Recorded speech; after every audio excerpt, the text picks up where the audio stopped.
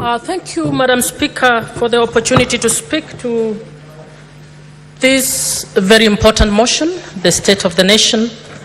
Madam Speaker, because we have some time, allow me to begin with sending my sincere condolences to all families that were affected by the loss of their loved ones. Allow me to name, because I'll use my time to name the young people who lost their lives.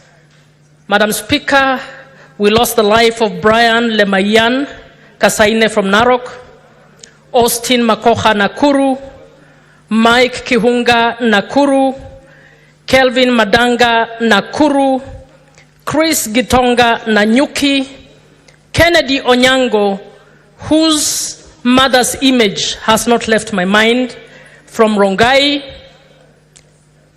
We lost Rex Masai from Machakos, Matthew Njoroge, Kevin Mawasi, Bisley Kogi, David Chege, Erickson Kialo Mutisia, Ibrahim Kamau Anjiru, Kennedy Odhiambo Maina, Wilson Sitati, Kennedy Njeru, Eric Kayoni Kieni, Eric Kiratu, Brian Kimathi, Cariton Mwangi, Ernest Kanyi, Caroline Shiramba from Kakamega, Brayo from Kisumu, Mbithi Alaya Scott from Kisumu, Emmanuel Giggs Tata from Mombasa, Joshua Ombati from Mombasa, Clinton Mwavali Kapsabet, Kevin Odhiambo Siaya,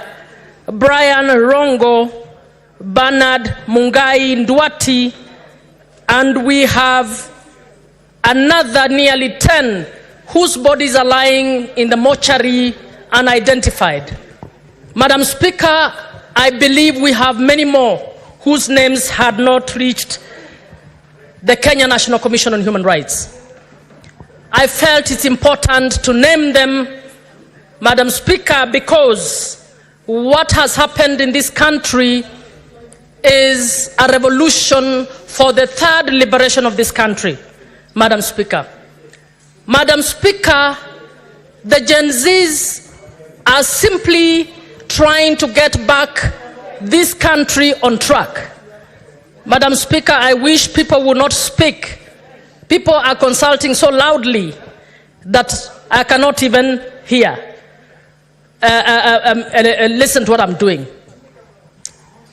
Madam Speaker, the GenZs are telling us a very simple thing, that in 2010, we put in place a constitution to guide how this country should be governed. But this country is not being governed in that manner. And they are telling us that there is a very important provision in the Constitution that we have chosen as a country, particularly the leadership, to ignore. They are bringing us back to the implementation of Article 10 of the Constitution. Madam Speaker, they are bringing back the conscience of this nation. They are telling us that we must go back to what Article 10 says about respect for the rule of law, respect for human rights, governance in a manner that respects equity, equality, and the most important one, that we must now start governing this country applying the principles of transparency and accountability. And Madam Speaker, because a lot has been said, I want us to immediately move on how best we can actually speak to the issue of transparency and accountability. The finance bill was a trigger, and the President has returned the finance bill to the people of Kenya. Madam Speaker, what we are forgetting, that the finance bill is usually passed to finance an appropriation act that had already been assented to. It is usually passed to speak to budget items that were in the budget policy statement. Madam Speaker, the mistake number one that we do in this country, we do not publicly discuss the budget items and the appropriations that we are put in the Appropriations Act. And the Budget Committee and the National Assembly have failed us because they did not scrutinize budget policy statement. They did not scrutinize the appropriations bill properly to be able to tell the president some of these things you have put here cannot fly. Madam Speaker, part of those items include the following: confidential budget in DP's office, 800 million. Confidential budget in the State House, 1.4 billion. 863 million for hospitality in the Deputy President's office. 400 million for dealing with drugs, and Nakada will be given some more money. 320 million for innovation in the Deputy President's office. 1.5 billion for renovation of state lodges. Meantime, we have 600 billion only for education. 126 billion only for health. Madam Speaker, I can go on. This is a public document. Please go and look at it.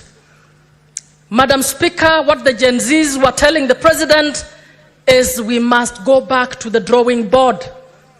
We must reorganize the budget items. We must revisit the Appropriations Act, which you passed.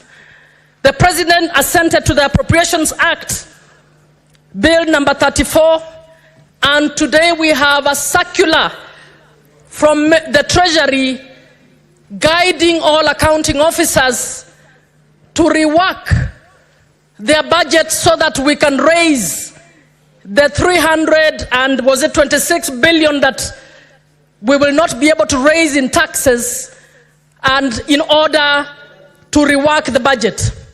Madam Speaker, this is my view, that it is the same cabinet secretary who put this bullshit in this budget. So he cannot be the one to be trusted to do this. Senator Catherine Muma, that is not parliamentary language. I withdraw. Withdraw the term bullshit. Madam Speaker, I think it was agreed we speak with emotion. And I think those items... Senator Catherine, not with unparliamentary I withdraw. Madam Speaker, what I have just read, and I could read more, is despicable as budget items for this country. And that we are trusting the same person who put it and took it to Parliament to be the one to reorganize is lying to Gen Zs. Madam Speaker, what Gen Zs were telling the president, we need a public participation and a participatory approach to reorganize our budget for the financial year 2024-2025 in order to together come up with a saving. I believe if we relook at the budgets at all levels, we will probably save more than the 300 and whatever billion that they wanted to actually raise from the taxes. So the big job that the National Assembly and the Senate should be doing is to do the big job of allowing our experts, whether in civil society, among the Gen Zs, to openly and transparently audit the budget items one by one for the executive, for Parliament, for the judiciary, and put money where it is required. So where we need essential services, we must put money where we need essential services. Where we are wasting money, we must remove that money, because what are we doing? we are working on budgeting for corruption. So number one, Madam Speaker, the President said that he will go and borrow for the deficit. I am recommending that we don't allow one more shilling to be borrowed until we put in place a system that can ensure accountability and transparency with debt. So, Madam Speaker, I'm suggesting not borrowing 1 shilling for the 2024-2025 budget.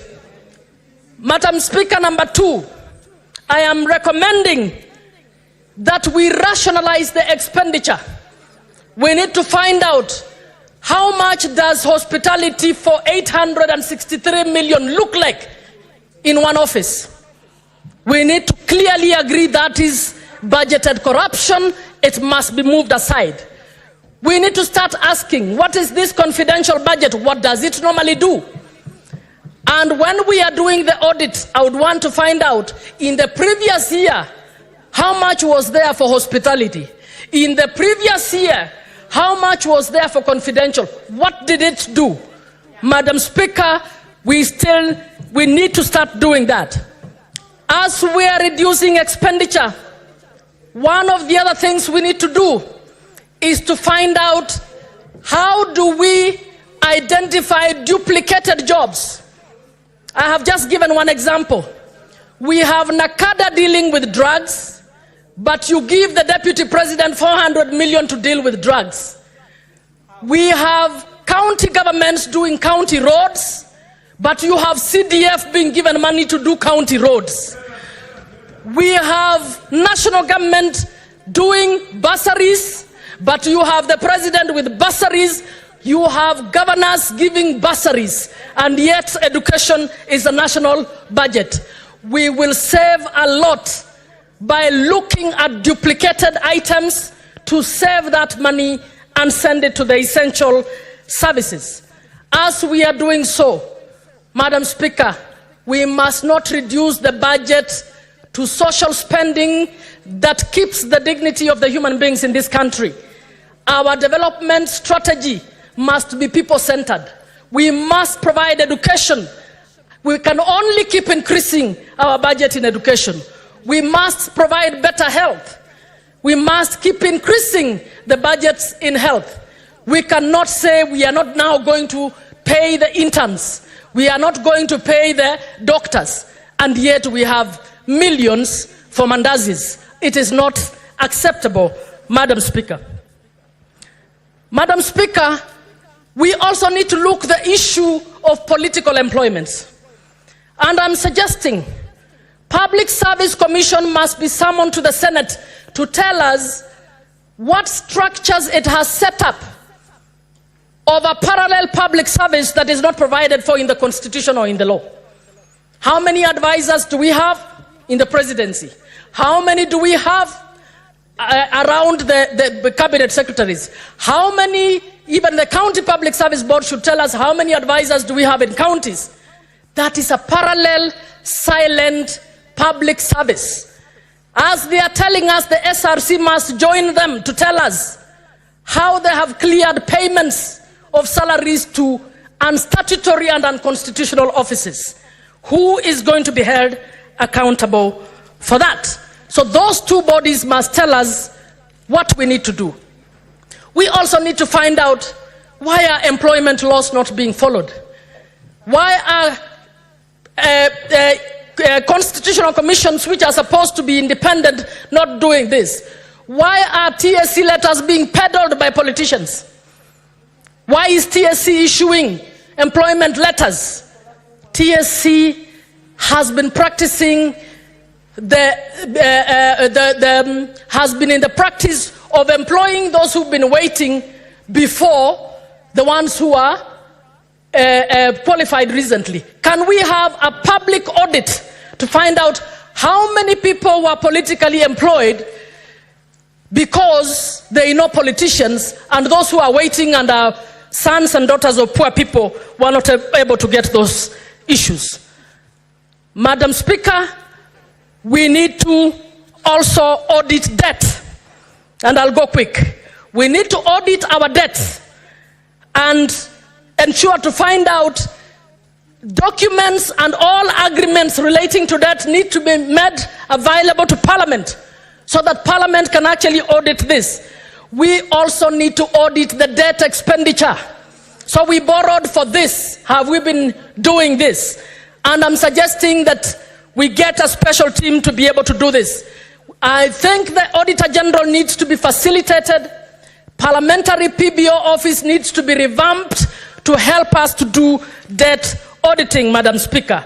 If we do this and we do it transparently so that our audit is made public, it's not an audit to be hidden, then the Kenyan people will be able to know what we are doing.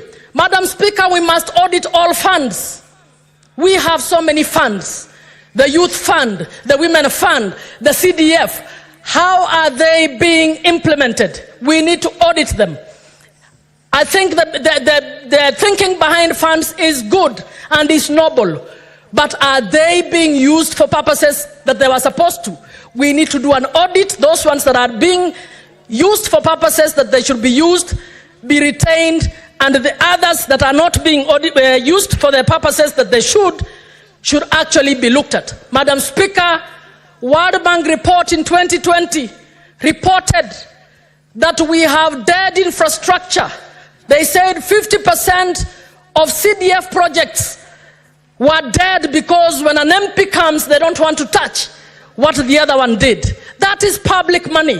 We need to find out whether we need to put in place better structures for the management of CDF. Madam Speaker, then we come to Bunge. Bunge must do its bit like every other. The National Assembly, together with the Senate, have passed laws that are unconstitutional. I want us to do an audit of the cost that unconstitutional laws being challenged in court have cost the taxpayer because we did not do our job as Bunges. I want to find out how many laws we have passed. For instance, 30 minutes to pass a law to enable the KDF to be set against our kids. No public participation, no adequate time for members of Parliament to discuss that. Madam Speaker, as Bunge, we must take responsibility for passing laws that have violated the Constitution, for passing laws that have circumvented the Constitution. Madam Speaker, I want to speak to the people of Kenya as well. As we are speaking and everybody is taking responsibility, I would want our people to also take responsibility. When we queue to receive 200 shillings from politicians in funerals and elsewhere, I want us to start asking ourselves, where do you think this person has got money from? He does not have even one industry in that county of yours. He does not have a factory where he's employing anybody. He moves around in very, very affluent vehicles, dressed up well, and just stands and dishes money, and you take that money. Ask yourself, who in their right mind would take monies that they have worked hard in a business to build a business and start dishing it out? What are we doing? That is money that should have been providing your schools that is being dished out to you. That is money that should have been making it possible for you to get access to health that is being dished out to you. Madam Speaker, we need to speak to our people to say, do not encourage thieves and do not elect thieves. Let us do what is right and let us ensure that this country moves forward. So it is a moment of reckoning, not just for members of Parliament, not just for the President, not just for the CSS, even for the church leaders and other leaders. Where do you think somebody, Catherine Muma, who does not have any factory anywhere, all of a sudden has 20 million to give you? Why don't you ask yourself, na hii 20 million aliitoa wapi? I think as a country, the Gen Zs are calling all of us to recheck our conscience, are calling all of us. Senator Catherine, your time is up. 1 minute only to finish the sentence. Just 1 minute. I will finalize. Madam Speaker, I think I've spoken to every sector of society, and all I'm saying, all of us need to introspect and do the right thing for this nation. Thank you. Senator Karungo Dhangwa. Thank you very much, Madam Speaker. I'm really happy also to weigh in into this motion and support this motion. Madam Speaker, on 26th of June, I had written to your office requesting us to do the same, to have a motion to discuss what we are discussing today. I'm happy, though I did not get a reply, I'm happy it has come through the channels that it has come, for us to discuss this issue. Madam Speaker, this is the time for the people of Kenya to know that Senate is the upper house. It is what was meant to be by the drafters of the Constitution, Madam Speaker, because they wanted this house to be more an appeal chamber, to be a house that will bring appeal mechanism where Kenyans who are not happy with what is happening with the executive, with the other assemblies or with the National Assembly